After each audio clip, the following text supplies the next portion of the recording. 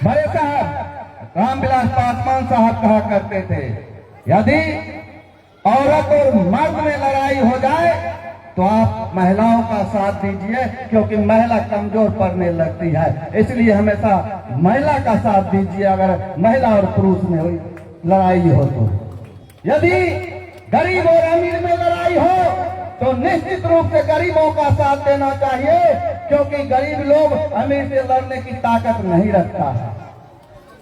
यदि समाज में सबसे अंतिम व्यक्ति पंक्ति में बैठे लोगों की बात आए तो उसकी बात करना चाहिए।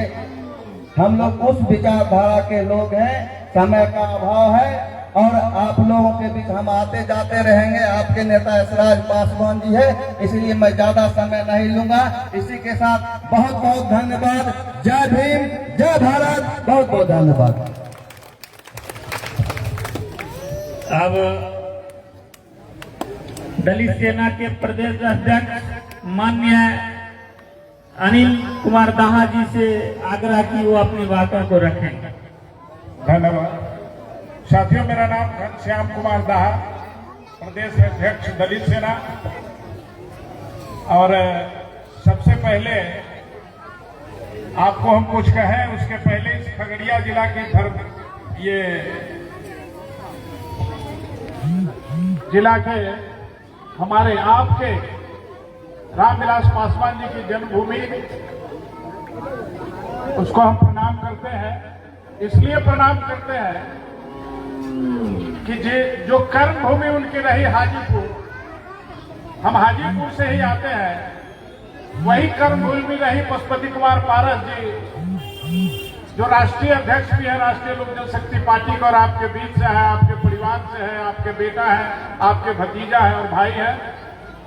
उनकी भी कर्मभूमि हाजीपुर ही रही। इसलिए हम इनको प्रणाम करना चाहते हैं खगड़िया जिला को कि आपने जो लाल भेजा, उस लाल के लिए वो हाजीपुर पूरे देश नहीं पूरी दुनिया में उसकी ओर गए। साथियों, चूंकि ये जो अभी वातावरण है मौसम का, वो मौसम हम लोग के बीच में बाधा नहीं पड़े। असल में जो दलित चौपाल है उसका ये उद्देश्य है कि हमारी जो संवाद है, ये हमारी बहनें, माताएं और भाई जो बड़े सारे लोग बैठे हुए हैं, उनके बीच एक दूसरे का संवाद होगा, जो फिर हम लोग कलेक्शन लेते हैं यशराज पासवान जी के नेतृत्व में। और इन समस्याओं को जो आप उठाएंगे, जो आपकी समस्या है, उन्हीं समस्याओं को हम समेकित कर जिस स्तर पर होता है, चाहे वो जिले के स्तर पर हो, देश के स्तर पर हो, राज्य के स्तर पर हो, इन तमाम मुद्दों का हम वहां ले जाके आपकी बात करते हैं। इसलिए माताओं बहनों से अनुरोध होगा कि आप बैठे, बहुत जल्द आपके बीच में हम यशराज पासवान जी को लाते हैं और आप इनसे रूबरू हो, तब आपको ये समझ में आएगी जो ये दलित चौपाल है उसका उद्देश्य क्या हो सकता है। पूरे बिहार में दलित चौपाल, आपका जो अलौली है, क्योंकि इनका अपना जन्मभूमि है, इनकी कर्मभूमि है अलौली, इसलिए इन्होंने यहाँ से इस चीज को रखा कि हम अलौली की ऐतिहासिक धरती, जहाँ बेला से शुरू होता है ये कार्यक्रम, ये हम करेंगे। और आज बहुत खुशी की बात है कि ये जो ऐतिहासिक पल है आपका, उस इतिहास को दोहराने की जरूरत नहीं है। आज आपके बीच में यशराज पासवान दलित चौपाल को संबोधन के लिए, आपकी समस्याओं के लिए हम माताओं बहनों से अपील करेंगे, उनको उपलब्ध कराया जाए माइक, और जो समस्याएं होंगी यशराज के बीच में रखें, ताकि दलित चौपाल का जो उद्देश्य है वो सफल हो सके। यशराज पासवान जिंदाबाद, यशराज पासवान जिंदाबाद।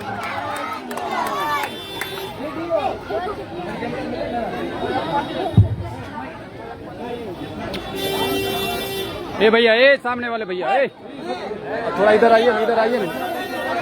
जनता हमारी एकत्रित है, इनको हम संबोधन कर दें। फिर जो मीडिया के सभी साथी हैं, आप लोगों से भी वार्तालाप होगी। सभी माताएं बहनें जो पीछे भी है, कृपया करके आगे आ जाएं। सभी लोग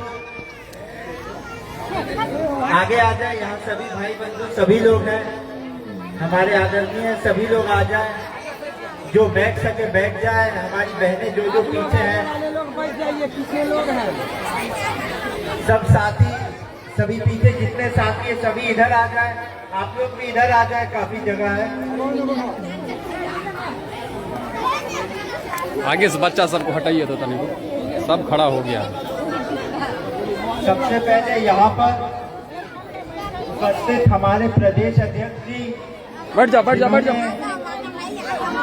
ताकि हमें समय मिल सके, काफी कम समय में अपने शब्दों को रखा है। यहाँ उपस्थित होने के लिए नमस्कार और आभार। हमारे जिला अध्यक्ष जी लड़का रे शिवराज जी, रतन जी अब हमारे साथ थे। दलित सेना के जिला अध्यक्ष इधर आओ इधर।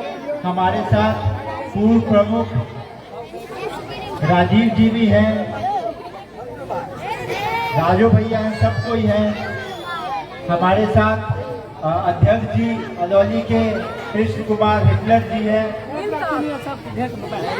यहाँ पर उपस्थित राम प्रताप पासवान जी, नवल किशोर पासवान जी, रामनंदन पासवान जी, सुभाष पासवान जी, मिथिलेश पासवान जी, जो पूर्व समिति है, पवन पासवान जी, मदन दीवाना जी, सुरेंद्र पासवान जी, रविंद्र पासवान जी, श्यामदेव पासवान जी, मनोज पासवान जी, सुशील पासवान जी, दिनेश पासवान जी, विद्यानंद पासवान जी, रंजीत पासवान जी, देवरतन पासवान जी, और खास करके हमारे अभिभावक, हमारे चाचा जो अति पिछड़ा प्रकोष्ठ के हमारे पार्टी के पूर्व में अध्यक्ष भी रह रखे हैं, लड़के रे रंजीत पासवान, पीछे चलो, उनके प्रति भी पीछे हमारा पीछे पीछे आभार और सम्मान। सभी साथियों का तो नाम नहीं ले सकते क्योंकि अभी समय का अभाव है, पर सभी लोगों को प्रणाम।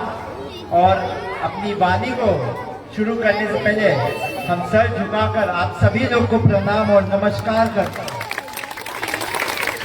साथियों, यहाँ पर हम सभी का इकट्ठा होने का उद्देश्य, एकत्रित होने का उद्देश्य ये नहीं था कि हमारी पार्टी और हमारे सभी नेता कार्यकर्ता अगर आप लोगों के बीच आए और वोट मांगने आए या किसी राजनीतिक आयोजन के लिए आए।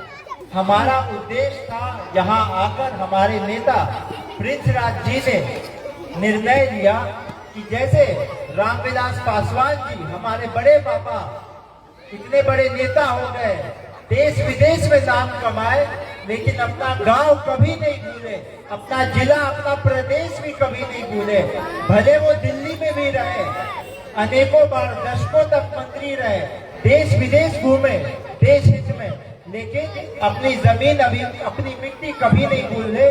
उसी उद्देश्य से हमारे नेता प्रिंस राज जी ने संकल्प लिया कि हमारे पार्टी के सभी साथी अनेकों जगहों पर जा जाके विधानसभा जाकर प्रखंड जा जाकर दलित चौपाल का आयोजन करे और वहां वोट मांगने नहीं जाए, वहां अपने साथियों के साथ, अपने परिवार के साथ वार्तालाप स्थापित करने जाए, कुछ अपनी बातें कहें और कुछ उनकी बातें सुने। साथियों, हम यहाँ आज एकत्रित हुए हैं और हम खुद आपके बीच आए हुए हैं। हमारा उद्देश्य, जैसे हमने कहा, वोट मांगने का नहीं, राजनीतिक उद्देश्य नहीं है, पर हमारा उद्देश्य है इस बात पे चर्चा हो, हमारे समाज, सिर्फ दलित समाज नहीं, पिछड़े, शोषित और गरीब समाज के ऊपर जो अनेकों प्रकार की प्रहार हो रही है, उस पे चर्चा करनी। बताइए क्या विधि व्यवस्था रह गई है हमारे राज्य की? अब हम तकनीकी प्रहार से शुरू करें कि सामाजिक प्रहार से शुरू करें?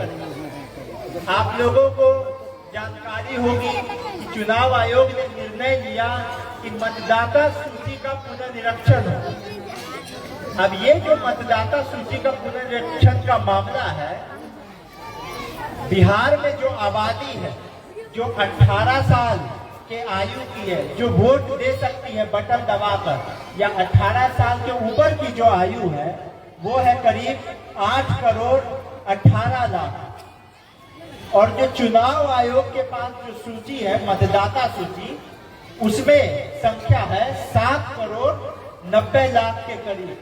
तो ये जो करीब 30 लाख का फासला है, इसको तो जो सूची है, जनसंख्या की सूची और मतदाता सूची, इसको मिला के इसमें फासला कम किया जा सकता था कि कहाँ कमी रह रही है, कौन छूट रहा है, कौन नहीं छूट रहा है, इसका दो जगह कहीं बन गया हो वोटर आईडी, इसमें तो सुधार दोनों सूची को मिला के, मतदाता सूची, जनसंख्या सूची मिला के इसका निवारण किया जा सकता था।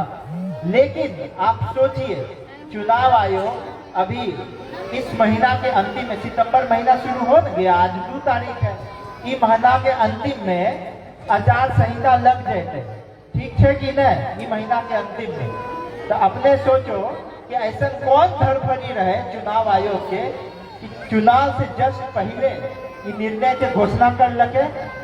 इन लोग के सोच विचार ये रहे कि हम ऐसा कुछ प्रयास करें जिससे पिछड़ा समाज, दलित समाज पीछे छट जाए। ये लोग नियम कानून क्या लाया, ये सब कहल के कि तोहर सूची में नाम तभिए रहतो जब तो ई कागज लेबो, वो कागज लेबो, अपन नानो कागज दिखेबो, अपन दादो के कागज दिखेबो, पापा के दिखाओ, मम्मी के दिखाओ, एक बार सूची में नाम से तो दोबारा लाओ। 10 टाइप के 10 तरीका के सगुफा छेड़ देते, ठीक है, छेड़ देते। सब लोग अपन प्रयास करते, कागज जुटाए कर ठीक करे थे, लेकिन ओकरा में समय लगे थे। कोई यो कार्यवाही हुए थे, कागजी कार्रवाई, समय लगे थे कि नहीं? अपने हाथ उठाए कर कहो, समय लगे थे कि नहीं? ये तो 2 दिन में नहीं हो जाए थे, 10 दिन में नहीं हो जाए थे। आप सोचो कि मंशा रहे कि चुनाव से बस 1-2 महीना पहले चुनाव आयोग की घोषणा कर लगे, यही लिए घोषणा कर लगे कि सब लोग अपन गांव के, अपन पंचायत के, सड़क के, नल के, जल के, बिजली के, विधि व्यवस्था के, प्रशासन के समस्या पर ध्यान नहीं लगे थे। सब लोग अपन कागज बनने में यही प्रक्रिया में उलझ गए थे। तो जब नेता आए थे, जब सरकार के जो मंत्री, मुख्यमंत्री आए थे यहाँ वोट मांगे थे, तो वो उजराइल रहते, वो अपन दिन के भड़ास नेता के कहाँ बोलते, वो तो परेशान रहते कि पहले हमारे वोट सुरक्षित रहे। तो यही प्रयास से इसको लाया गया है इतना कम समय में कि जनता अपना कागज ठीक कराने में, दफ्तरों का, सरकारी दफ्तरों का चक्कर काटने में व्यस्त हो जाए, ताकि वो उसको दिग्भ्रमित किया जाए जमीनी मुद्दों से, जमीनी समस्याओं से जिससे वो जूझ रहा है। क्योंकि जब सरकार आएगा, वर्तमान विधायक आएंगे, मंत्री आएंगे, तो आप तो अपनी समस्या उनके सामने रखिएगा, लेकिन आप उजराए रहिएगा तो पहले वोट का हिफाजत करने जाइएगा कि अपना समस्या रखने जाइएगा। आप तो बीच नाव में फंस जाइएगा। इतना जनसंख्या है बिहार का जो 18 साल के ऊपर का है, करीब 8 करोड़ 18 लाख का, इसका 2 महीना में 3 महीना में हो जाएगा। 50 लोग जाएगा बीएलओ के पास, 50 गो में 10-15 गो का होगा, 30-40 लोग पीछे रह जाएगा। अब कोई कभी अमीर लोग पीछे रहता है? जब नोटबंदी हुआ था अभी 4-5 साल पहले, अमीर लोग कतार में खड़ा था नोटबंदी में कि अमीर लोग खड़ा था? गरीबे लोग तो नोटबंदी में खड़ा था। तो वैसे ही अपना वोटर लिस्ट पे अपना हक का लड़ाई लड़ने के लिए गरीब में भी पिछड़ा वर्ग उजरायल रहेगा। खास करके हमारे मिथिलांचल में बाढ़ की समस्या होती है, बारिश का मौसम होता है। अभी भी देखिए तनी बारिश का मौसम है, कुछ दिन पहले से जोरदार बारिशों चल रहा है। तो इसमें कई बार जब बाढ़ का समस्या होता है, और सिर्फ मिथिलांचल की बात नहीं है, बिहार के अनेकों जगहों की बात है। तो जब ऐसी बात आती है तो कई जरूरत कागज में खो जाते हैं, जरूरी के कागज वगैरह खो जाते हैं, लोगों को पलायन तक करना पड़ता है। तब ये सरकार अशिक्षित युवा के तो छोड़ दो, ठीक है, वो पढ़ल लिखल नहीं थे, तो जो शिक्षित युवा है, जो शिक्षित लड़का है, लड़की है, ओकरा प्रोत्साहन ले मोबाइल देके, लैपटॉप देके, हाथ उठाकर बोलो हाथ उठाकर सब लोग बोलो, कुछ दिल के नहीं दिल के। उत्तर प्रदेश में जाओ, झारखंड में जाओ, दूसरा प्रदेश में जाओ तो युवा के पढ़े ले प्रोत्साहन दे ले मुख्यमंत्री सरकार लैपटॉप बांटे छे, मोबाइल बांटे छे। तो ई सरकार तो ऐसा बात नहीं है कि युवा के मोबाइल लैपटॉप बांट दे के कि मोबाइल में कागज रखते और लैपटॉप में कागज रखते। तो जब इतने समस्याओं से हमारा प्रदेश जूझ रहा है, आपने युवाओं को सशक्त नहीं बनाया, आपने उसको प्रोत्साहन नहीं दिया, बाढ़ के समय में तो सही में राहत पहुंच नहीं पाती है, वो अनाज और गेहूं तो संभाल नहीं पाता है, जब बाढ़ की वजह से उसको पलायन करना पड़ जाता है, जब जमीन की कटनी हो जाती है, तो आप समझ रहे हो कागज कहाँ से सब संभाल के रखेगा। कागज भी जब वो बनाने जाएगा, चाहे जिला मुख्यालय में जाए, किसी अधिकारी के दफ्तर में जाए, बीएलओ के पास जाए, तो 1-2 दिन में सुनवाई हो जाता है। जब सैकड़ों की आबादी में जनता जाएगी तो 1-2 दिन में सुनवाई नहीं होगा। अभी आचार संहिता लग जाएगा इस महीना के अंतिम में, अक्टूबर से तो वोटिंग शुरू है और नवंबर में परिणाम आ जाएगा। तो ये प्रक्रिया है कि कैसे तकनीकी रूप से वंचित पे, गरीब पे प्रहार करो। अब बीएलओ भी कहता है, चुनाव आयोग बोला कि बीएलओ के पास चल जाओ। अब बताइए, सरकार कहता है कि सबसे कारगर दस्तावेज है आपका आधार। सरकार कहता है कि सबसे बड़ा ओहदा मिला है कागजों में आधार को, और ये पुनर्निरीक्षण जो किया जा रहा है बाहरी के छटनी के लिए। हम लोग के बिहार में कोई बांग्लादेशी पाकिस्तानी है क्या जो छटनी होगा? ये खाली भ्रमित करने का तरीका है कि लोग को उजरा दो ताकि वो अपने हितों की मांग नहीं कर सके। अब ये तो बात रही साथियों तकनीकी प्रहार की। अब हम लोग आते हैं सामाजिक प्रहार की।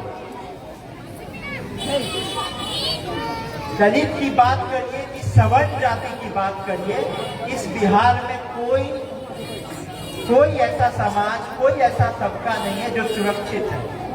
इसी साल होली के समय में आप लोगों को जानकारी होगी कि 13 साल की कोमल पासवान थी, वो होली खेल रही थी। एक नशे के आवेश में व्यक्ति आया और उसने देखा कि दलित बस्ती के बाहर एक बच्ची होली खेल रही है, तो उसने गाली दी और अपशब्द बोल के कहा कि दलित पिछड़ा की बेटी होली खेलेगी, और उसने उस 13 साल की बच्ची के ऊपर गाड़ी चढ़ा दी।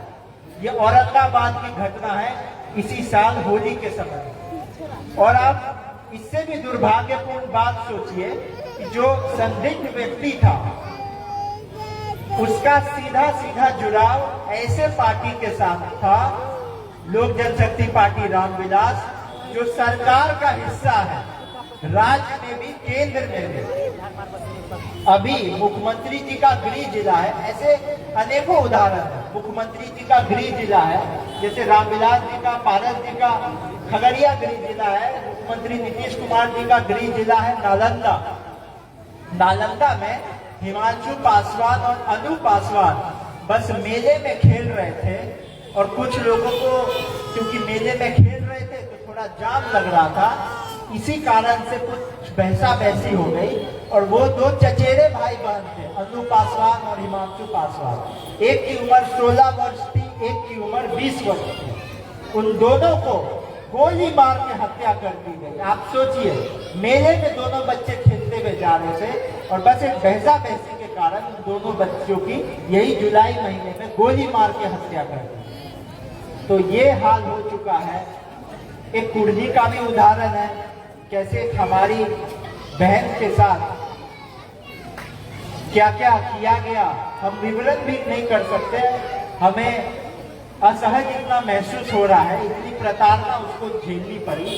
हमारी बहन जो कुर्जी मुजफ्फरपुर की रहने वाली थी, कि वो जब पटना पीएमसीएच तक उसको लाया गया, उसको अपनी जान गंवानी पड़ी। तो साथियों, हमारे प्रदेश में तकनीकी प्रहार भी हो रहा है और सामाजिक प्रहार भी हो रहा है। तो इसी संदर्भ में हम लोग यहाँ चर्चा करने के लिए उतरे हैं।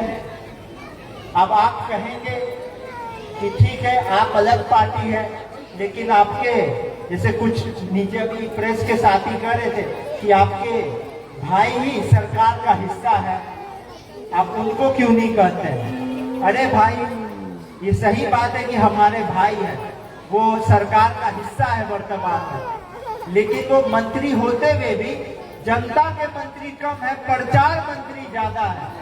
जहां प्रचार करना होगा वहां हाथ डुलाते हुए पहुंच जाएंगे, लेकिन चू तक नहीं निकलेगा जब पीड़ित समाज, दलित समाज के ऊपर की कोई बात होगी, चू तक नहीं निकलेगा। लेकिन हाँ, जब ये लोग को अपना दबदबा बनाना होगा, सीट की बात करनी होगी, राजनीति करना होगा, तब जरूर कभी लोग कहेंगे कि हाँ, मुख्यमंत्री नकारा मुख्यमंत्री है, अब स्वस्थ नहीं है, अब सरकार की व्यवस्था चरमरा गई है।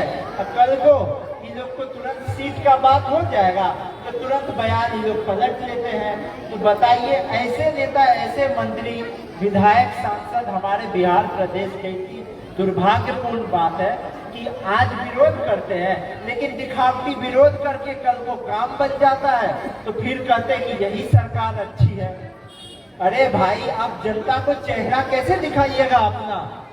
चुनाव के समय जब वोट मांगने आइएगा तो किस लाज शर्म से आप जनता को अपना चेहरा दिखाइएगा?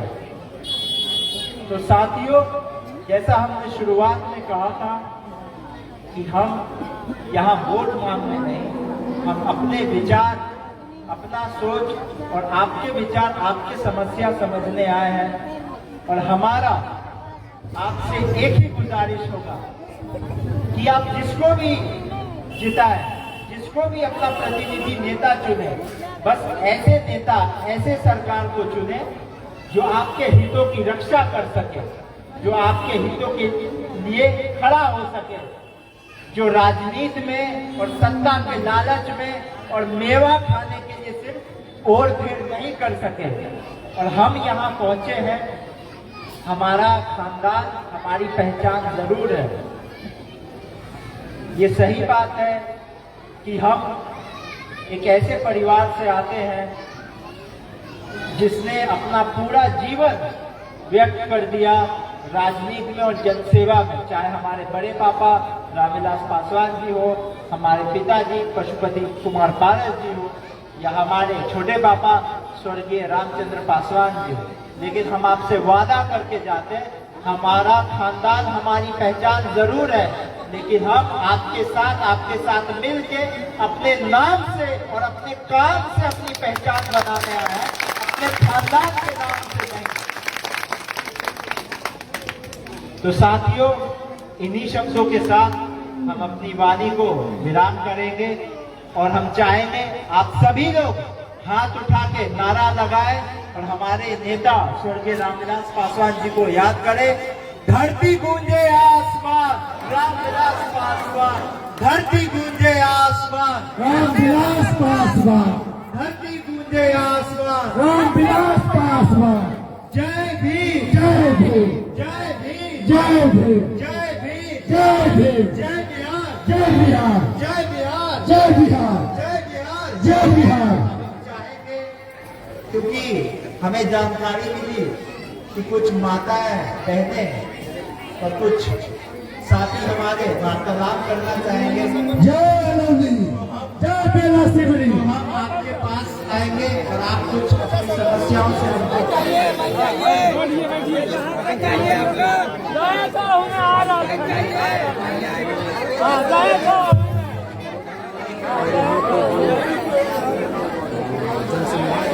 फिर से बात करो ना। अपने यहाँ ये अपने समस्या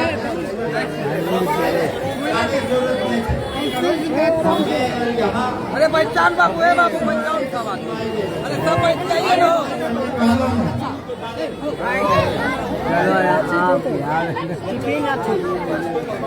बगल के हम लाठी अपने पानी पिए।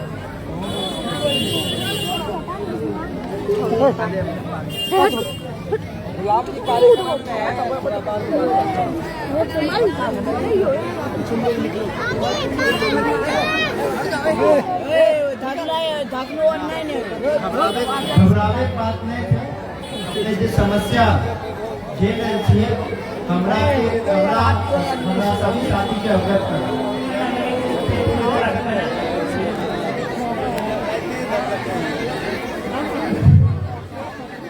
यहाँ स्वास्थ्य की सुविधा में दिक्कत है कि स्वास्थ्य की सुविधा है ये नहीं आप हॉस्पिटल है ही नहीं, हॉस्पिटल के लिए डॉक्टर यहाँ बैठता ही नहीं है। यहाँ अगर हॉस्पिटल है भी तो डॉक्टर बैठता यहाँ से कितना दूर है अस्पताल? है। यहाँ से थोड़ी दूर है जो कि 1 किलोमीटर 80 किलोमीटर दूर पेट में नहीं करता है।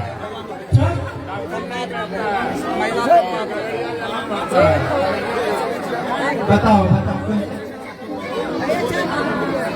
अरे काय बोले बच्चा ये यहाँ अस्पताल का डॉक्टर ने दूर कागज पड़े थे कहीं बारिश हो जाए जल जमाव हो जाएगा। अच्छा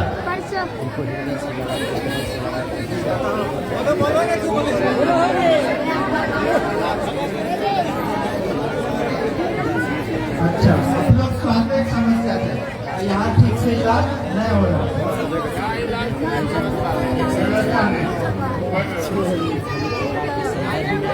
आगे आइए आगे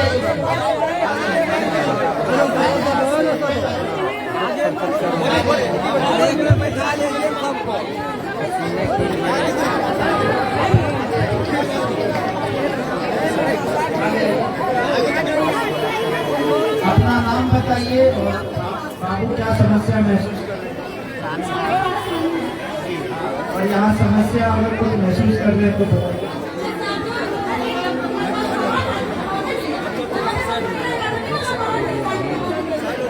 सही बात है सही बात है सही बात है।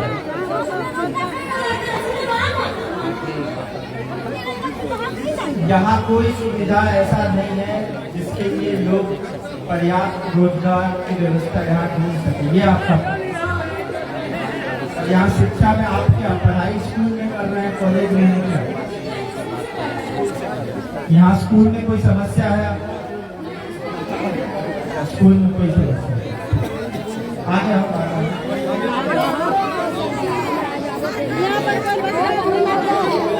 मोबाइल किती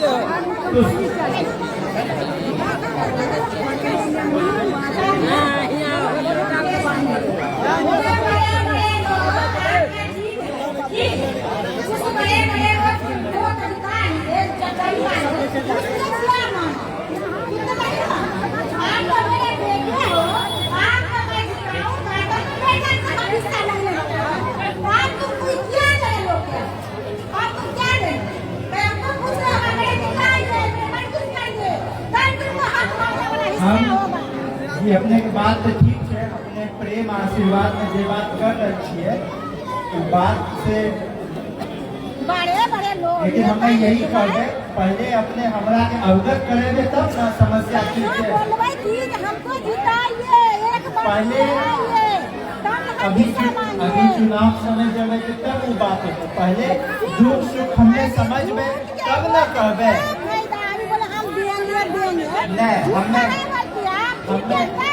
हमने बोलिए कि हमने बोलती है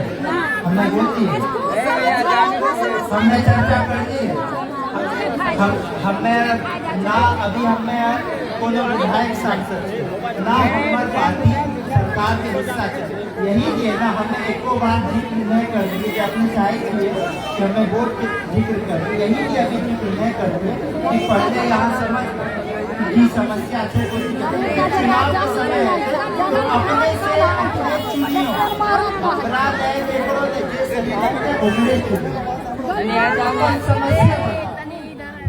समस्या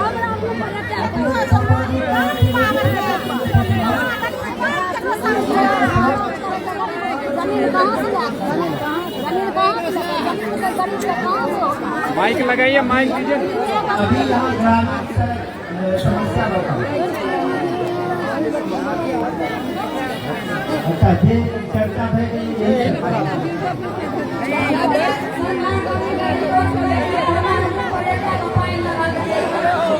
अच्छा जल जवाब हो जाए छै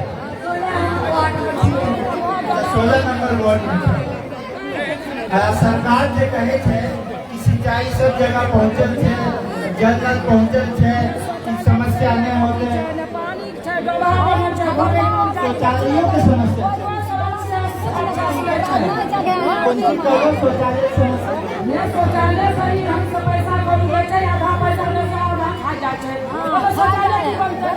आप बताइए। यहाँ मीडिया के भी साथी है, हम चाहेंगे कि ये जो जमीनी हकीकत है ये आप सब तक पहुँचाए कि यहाँ पर जो वास्तविकता है कि महिलाओं के लिए शौचालय बनाने के लिए शौच की भी अगर व्यवस्था होती है, सरकार से जो भी निधि आती है यहाँ पे शौच की शौचालय की व्यवस्था हो, तो भ्रष्टाचार इतना नहीं करना चाहिए। भ्रष्टाचार की सही ढंग से शौचालय नहीं बन सके, पैसा खाए लेते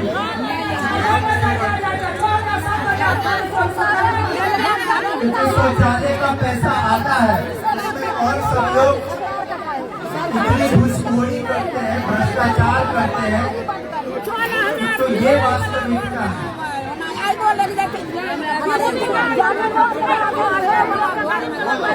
तो बोलो अपने आने में रहती है, अपने कौन वार्ड के 8 नंबर वार्ड से। तो बिजली की सरकार कहे थे कि सब जगह 24 घंटा पहुंच गए, लेकिन अपना पास नहीं पहुंच गए।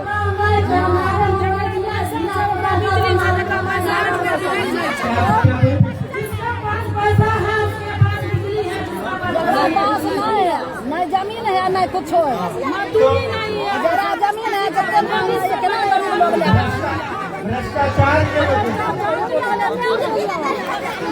भ्रष्टाचार के वजह से ना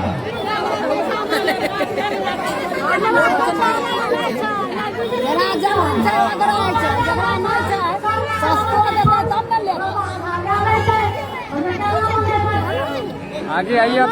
यहाँ पे समस्या सिंचाई की है, शौच की है, शिक्षा की बात हो गई, हर चीज की बात हो गई, लेकिन लोगों का ये भी कहना है बिजली की भी समस्या है, जो सरकार आज से नहीं 2020 से बोल रही है कि बिजली हमने सब जगह पहुँचा दिया।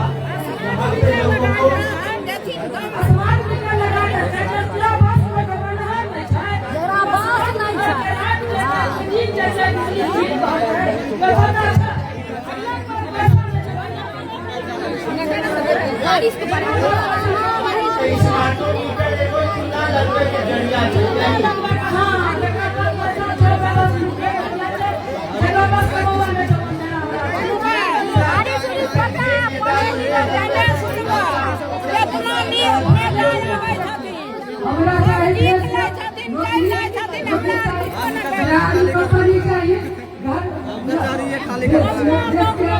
यहाँ पर तो सिंचाइयों का समस्या है, बिजलियों का है, स्वास्थ्य का है, महिलाओं के शौच का है, समस्या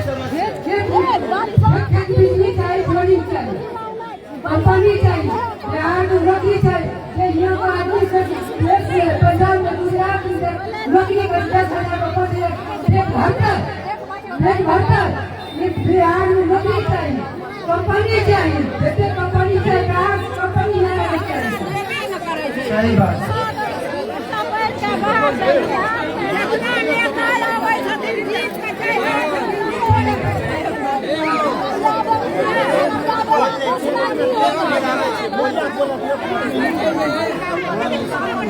भैया यशराज जी थोड़ा सा ऐसे थोड़ा सा यहाँ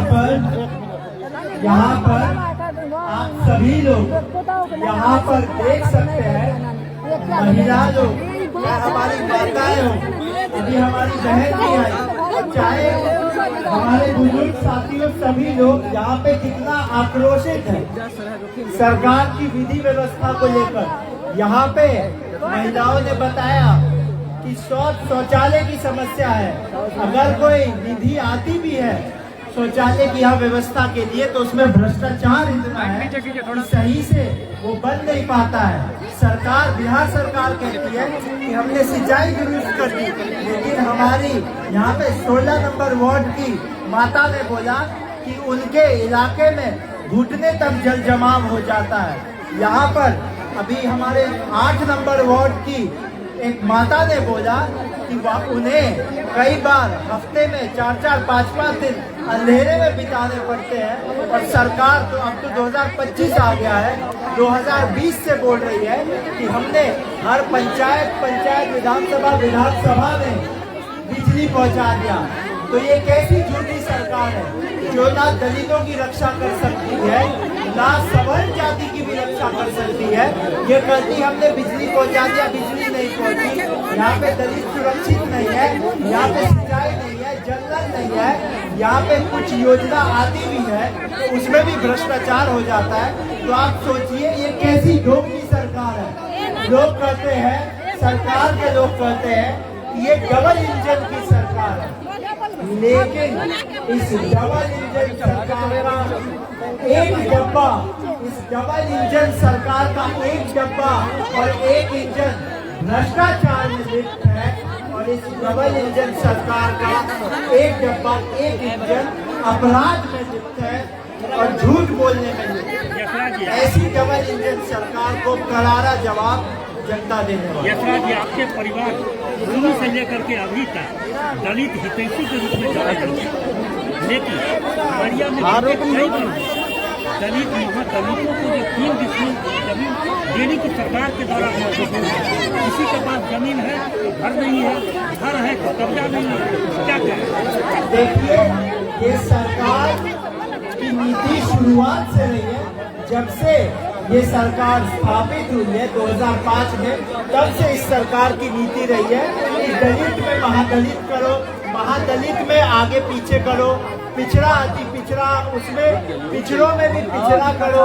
तो देखिए, बांटने की और जितना शैक्षणिक रूप से समाज को खुले किया जाए, ये तो सरकार का शुरू से प्रयास रही है। इसीलिए तो सरकार इतनी, आप देखिए कितनी ज्यादा उत्तेजित है भैया, और कितने भावना से अपनी बातें रख रही है। हम देखिए, हमारे पीछे ही सब लोग खड़े हैं। आप लोगों के कैमरा के सामने में सब लोगों ने उल्लेख किया अपनी समस्याओं का। तो किस कारण से इस सरकार को 20 साल हो गए, डबल इंजन सरकार है, लेकिन इतनी क्यों है? मुझे बिहार बुला रहा है भैया, आप हमको बताइए, आपने भैया की बात की, आपने चिराग भैया की बात की। चिराग भैया कहाँ से सांसद है आप बताइए? जमुई नहीं, हाजीपुर से। अभी वर्तमान में हाजीपुर कहाँ पड़ता है? बिहार में पड़ता है। तो जब बिहार से ही सांसद बनते गए हैं तो कहाँ की जनता ने उन्हें चुना है? या कोई भी व्यक्ति अगर बिहार का विधायक सांसद बनता है तो बिहार ने ही ना चुना होगा भाई, कहीं और अमेरिका लंदन ने थोड़ी चुना होगा। तो ये देखिए, सरकार में जितने लोग हैं, चाहे भैया की बात हो या किन्हीं की भी बात हो, ये जनता को दिग्भ्रमित करने का प्रयास है, उसको उलझाने का प्रयास है और कुछ नहीं। जनता के हितों की ना इनको लड़ाई लड़नी है, ना इनको सुविधा पहुंचाना है, कुछ नहीं करना है। बस इनको ऐसे ही बातें बोल के दिग्भ्रमित करना।